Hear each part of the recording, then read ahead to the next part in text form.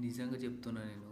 ఒక సుమన్ గిల్ వల్ల ఒకరి కెరియర్ ఖరాబ్ అవుతుందని ఎంతోమంది అన్నారు, కానీ నేను మాత్రం ఆలోచించా. సర్లే, ఒక్కో మ్యాచ్లో స్ట్రగుల్ అవుతాడు, ఇంకో మ్యాచ్లో స్ట్రగుల్ అవుతాడు అని అనుకున్నా, కానీ మరి ఇంత ఘోరంగా ఆడతాడని అనుకోలేదు. 28 బాల్లో 28 28 బాల్లో 28 కొట్టడం ఏంది?